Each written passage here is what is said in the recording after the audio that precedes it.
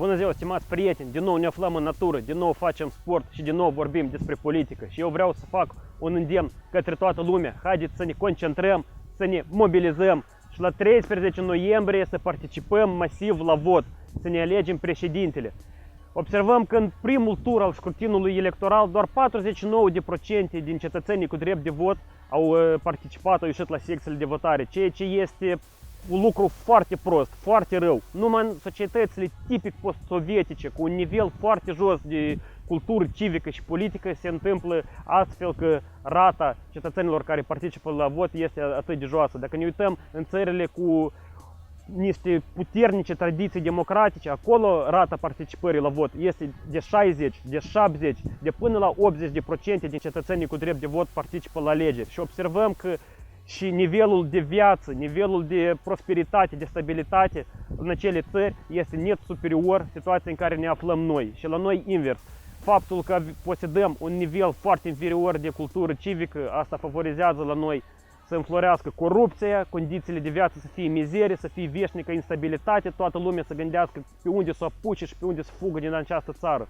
Pot să argumentez, cineva poate să întrebe, dar ce legătură au indicii pur economici, cum ar fi salariul mediu, PIB-ul și cu cultura civică? Au, oameni buni, legătură, este o interdependență, pentru că dacă într-o societate cetățenii se prezintă masiv la vot, clasa politică posedă un alt nivel de responsabilitate în fața cetățenilor. Și chiar dacă la un guvernant, la un președinte, la un deputat se prezintă un oligarh și îi propune hai să privatizăm un hotel sau hai să furăm 1 miliard, guvernantul, politicianul se gândește, pe mine m-au ales un număr foarte mare de cetățeni și eu acum, dacă mă lepăd de programa mea electorală, dacă nu o să-mi îndeplinesc promisiunile, cetățenii la fel, masiv o să iasă la protest, o să mă puși de mână, de ureche și o să mă scoată afară și o să mă pună să răspund în fața legii pentru ceea ce am făcut și pentru ceea ce am încălcat. Ia care e legătura, oameni buni, foarte simplu, trebuie să participăm și trebuie să ne implicăm. Am auzit multe păreri, dar cum eu să ies la alegeri dacă pe mine niciunul dintre cei doi candidați nu mă reprezintă? Mai bine stau acasă, fără mine.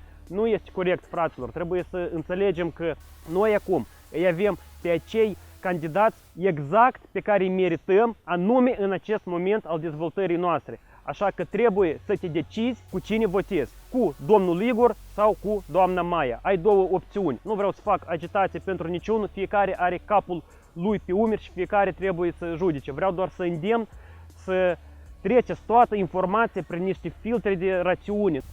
Fiți optimiști, sperați la mai bine, nu vă lăsați manipulați de mulțime. Informați-vă doar din surse demne de încredere, bazate pe documente reale cu iscălituri, bazate pe declarațiile celor doi candidați.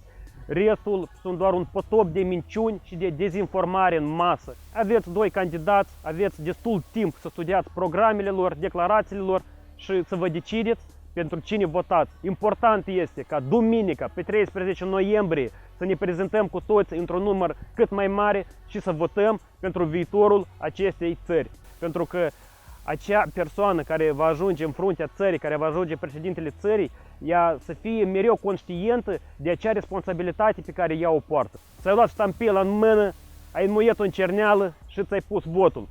Fii bărbat, vină la alegeri. Cineva în diasporă trebuie să se învoiască de la patron, să facă sute de kilometri, să stai în cozi, dar aici la noi acasă observăm că cuiva e lene, cuiva îl doare capul, e rău după sâmbătă, duminică să iasă la vot. Observăm încă un lucru care pe mine pur și simplu mă atacă. În primul tur doar 20% dintre persoane între 18 și 20 de ani s-au prezentat la alegeri. Dar să ieși seara în Chișinău, vedem că toate localurile, toate cluburile de noapte sunt pline.